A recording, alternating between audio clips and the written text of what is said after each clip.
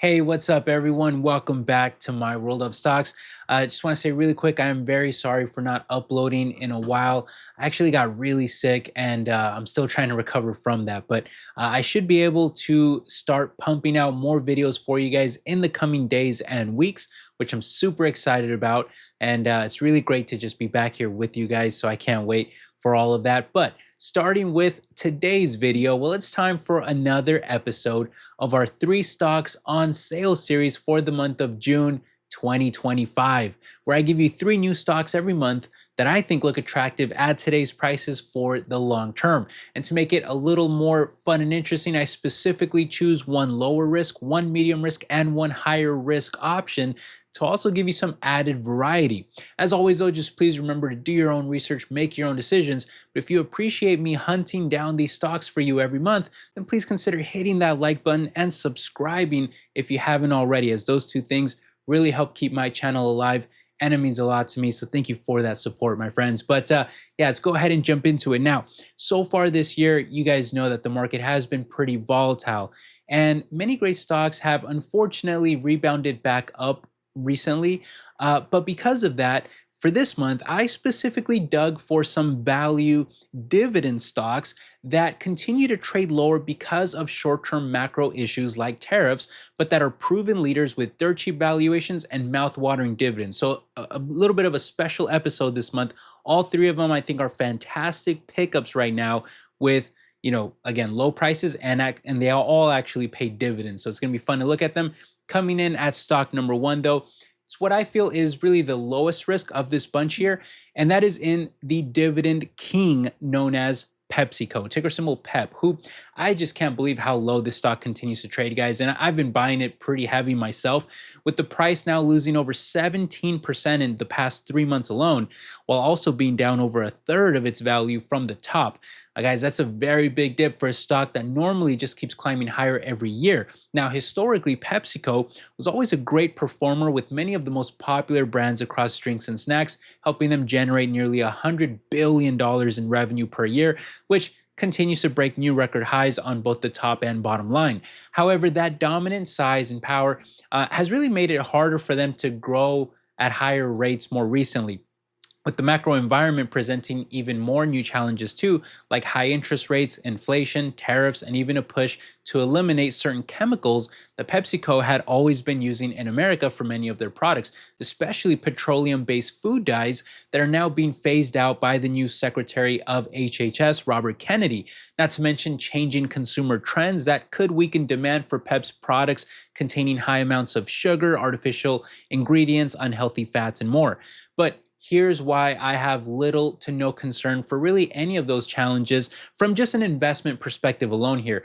First of all, PepsiCo has always proven to be resilient through any macro challenges that arise, hence why they've been able to grow their dividends for over 5 decades in a row, which I'll touch on in just a second. But number 2 is that these new challenges with tariffs and chemical bans will be no different for them than any other challenge that they faced in the past, as PepsiCo has already shown willingness to adapt. For example, they've invested over $60 million on a new Delaware facility, about $500 million to build their largest US bottling plant ever, which will be housed in Denver. Should help with tariffs. And they're even implementing new sourcing strategies in the meantime too, from countries that may get friendlier deals done sooner, like in Mexico, for example, as opposed to China. And on the elimination of petrochemicals, well, the CEO has already stated in their last earnings report too that they'll be accelerating their shift into more natural ingredients with a complete phase out of artificial dyes by the end of this year. Now, mind you guys, the petro food dye ban it's actually not a mandatory ban yet, but PepsiCo is just kind of getting ahead of it now, and they'll be eliminating them by the end of this year, which could even help boost demand a little bit too if consumers can feel even just a tiny bit better about eating their various junk foods and drinks. Speaking of which, Pep has also made giant investments into more health-conscious products too, like with Bubbly, SodaStream, Poppy. That one's very popular right now. They have keto chips now. They have Health Warrior supplements, snacks, and more. In fact, they're just so large and dominant at this point as a giant company, that whenever a smaller, kind of higher growth company enters the space with maybe a more health conscious snack, well, PepsiCo can just either launch their own versions of that almost immediately, or they can just flat out acquire that smaller company too, which I'm not saying, is morally good, but it's just a demonstration of how powerful this company has become and how it's going to be very hard to challenge them, in my opinion, going forward. Now, I will say, though, that if they're not able to meet all of the new tariff challenges fast enough, they will likely have to raise prices where necessary to compensate, which could be a concern for their demand over the short to kind of medium term. But look, I'll take a little bit of risk there if it means that I can finally get a dip on such a strong performing company and stock with a mouth-watering dividend that is now yielding one of the highest levels that I've really ever seen from them, even greater than during the Great Recession at well over a 4% rate, while the dip has also left their PE ratios trading even cheaper than the sector median. Again, I'll gladly take that price for a dominant dividend king like this. And I just think it's a big value here long term. All right, moving on to stock number two, though. We'll increase the risk a little bit here, but still go with another fantastic dividend payer that I could see being hurt maybe a little more from tariffs in the short term, but would still be more than worth it, in my opinion, for a long-term recovery. And that is the company Medtronic, ticker symbol MDT, who I know I talk about them a lot, but it's for very good reason, being literally the biggest medical devices company in the entire world and one of the largest in healthcare technologies, including unmatched expertise, really, in even the most complex areas of things like spinal surgery, heart valves, deep brain stimulation, and much more. These are already very difficult markets to break into because of how accurate everything needs to be. And Medtronic is really pushing their moat even further and their competitive advantages even further by integrating all kinds of new technologies like AI and even surgical robotics into these various products and services that they offer, even partnering with other AI giants like NVIDIA, for example, and more to build out that massive ecosystem and expand operations to over 150 different countries worldwide too. I mean, all of that right there is just more than enough reason to get me excited about investing in such a large and dominant company like this. But the crazy thing, and the reason why I really sing their praises so much on my channel, is because you would expect to pay a giant premium for a company like that. And yet Medtronic just happens to be one of the deepest value dividend stocks that you can get out there. In fact, despite the dividend being grown just 1 year shy of 5 decades, meaning just like PepsiCo, this too will be considered a dividend king soon. That's very powerful.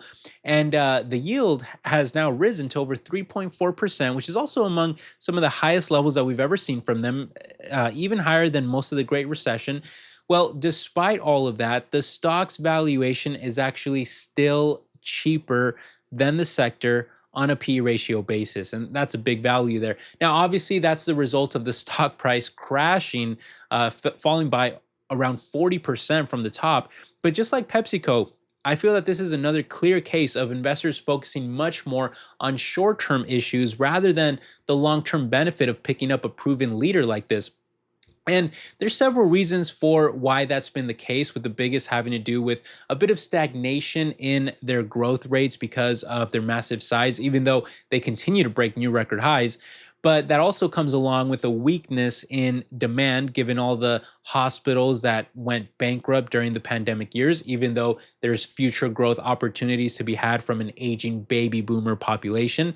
And more recently, there's been a rise in concern over tariffs that are expected to cost them a few $100 million at least.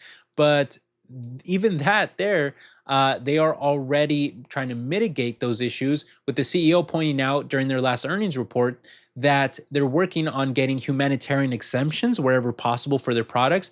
They're rerouting logistic flows, and they're looking for even new manufacturing sites to minimize tariff exposure. And they're cutting costs to help offset the impact.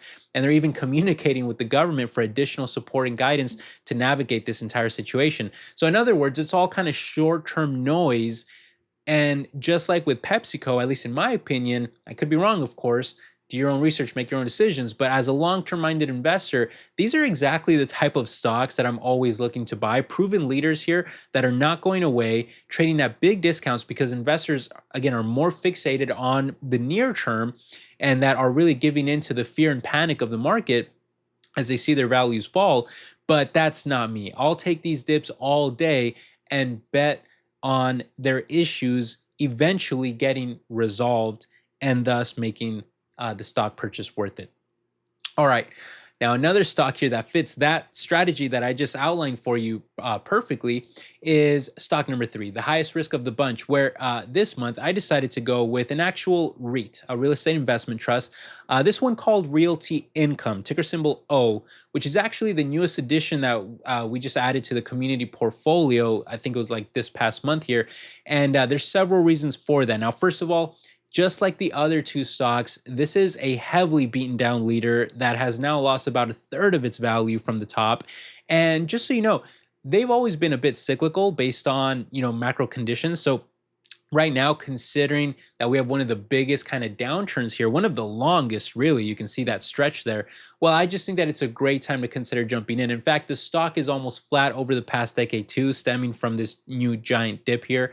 And look, obviously there are big reasons for the stock falling like this. Again, mostly tied to macro conditions, especially coming off the pandemic with sky-high inflation and interest rates, which are even more important for REITs. I'll just outline this for you. For example, inflation, well, it not only destroys the overall economy, but it can also hurt any REITs in particular that hold long-term leases that don't get adjusted for rising inflation. So that causes their income to lose value over time while expenses continue to go up. And interest rates, of course, make borrowing money more expensive, which REITs rely very heavily on for acquiring and managing new properties, thus making it harder for the REIT to grow over time. Not to mention that it also makes their stocks less attractive to investors who see rising yields in bonds that are also generally considered safer alternatives to REITs and their dividends. But again, all of this is kind of a cyclical type of game where the investors who really make the biggest returns are often the ones that buy whichever asset is currently falling the most or is at the biggest value, and then they kind of ride up that recovery. And in this case, you look at Realty, it's down huge, leaving their price to FFO even cheaper than the sector, while also causing the dividend yield to soar to a monstrous 5.7%, which has also been grown for over 3 decades in a row. So it's considered a dividend aristocrat. And really the only other time that we've seen it higher was around the Great Recession. That was more than a decade ago. So to me, that's extremely attractive for a REIT that's actually done a great job of picking the highest quality tenants, resulting in occupancy rates that have never dropped below 96% since IPOing in the early 90s, even managing to grow their funds from operations every single year through the dot-com bust, the Great Recession, the recent pandemic, and even, even the rise of e-commerce and the overall retail apocalypse, with strong growth coming from their best tenants. That seems to always offset any issues they see pop up from their weaker ones.